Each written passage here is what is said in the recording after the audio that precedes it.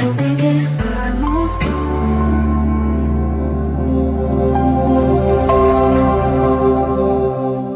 Langit biru pagi menanti. Assalamualaikum warahmatullahi wabarakatuh. Perkenalkan saya Rahayu Amalia. Saya adalah salah satu dosen yang mengajar mata kuliah Perencanaan Strategi Sistem Informasi. Mata kuliah Perencanaan Strategis SI merupakan proses identifikasi portofolio aplikasi SI berbasis komputer yang akan mendukung organisasi dalam pelaksanaan rencana bisnis dan merealisasikan tujuan bisnisnya. Capaian pembelajaran lulusan CPL dalam mata kuliah ini yaitu CPL 06 mampu menerapkan pemikiran logis, kritis, sistematis, dan inovatif dalam konteks pengembangan atau implementasi ilmu pengetahuan dan teknologi, serta menerapkan nilai humaniora sesuai dengan kaidah, tata cara, dan etika ilmiah.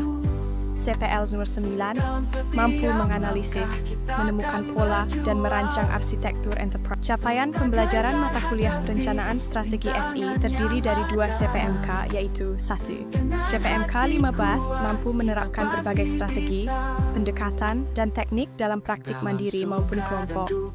2. CPMK 20 mampu merancang arsitektur model basis data dan melakukan perencanaan sistem informasi untuk organisasi bisnis. Hai, semuanya.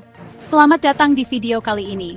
Saya akan membahas sebuah studi kasus menarik mengenai proyek rencana sistem informasi. Jadi, apa itu perencanaan strategi sistem informasi? Ini adalah proses penting yang memastikan bahwa sistem informasi yang kita bangun benar-benar sesuai dengan kebutuhan bisnis kita. Mari kita lihat bagaimana sebuah perusahaan bisa melakukannya dengan benar. Pertama-tama, kita punya tahap awal yakni analisis lingkungan. Di sini, perusahaan mengidentifikasi faktor-faktor eksternal dan internal yang mempengaruhi sistem informasi mereka. Contohnya, mereka harus memeriksa teknologi terkini, tren pasar, serta kebutuhan pelanggan. Nah, dengan cara ini, mereka bisa memahami apa yang sebenarnya dibutuhkan. Tahap selanjutnya adalah formulasi strategi. Pada tahap ini, perusahaan merancang strategi yang sesuai dengan tujuan bisnis mereka.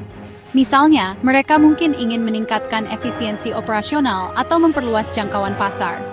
Strategi yang baik harus dapat menjawab pertanyaan-pertanyaan seperti, bagaimana teknologi dapat membantu mencapai tujuan bisnis kita? Lalu, kita masuk ke tahap ketiga, yaitu perencanaan implementasi. Di sini, perusahaan menetapkan langkah-langkah konkret untuk mengimplementasikan sistem informasi baru mereka. Mereka harus menentukan anggaran, jadwal, dan sumber daya yang dibutuhkan. Penting untuk melibatkan semua pihak yang terkait agar implementasi berjalan mulus. Tahap terakhir adalah evaluasi dan pengendalian. Setelah sistem informasi diimplementasikan, perusahaan perlu memantau dan mengevaluasi kinerjanya. Apakah sistem ini benar-benar membantu mencapai tujuan bisnis? Apakah ada masalah atau hambatan yang perlu diatasi?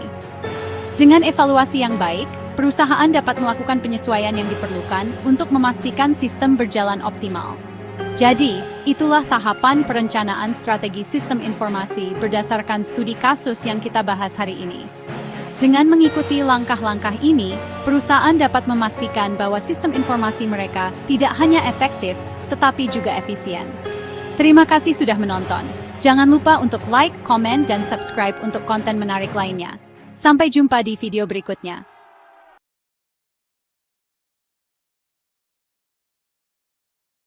Terima kasih atas perhatian Anda semua.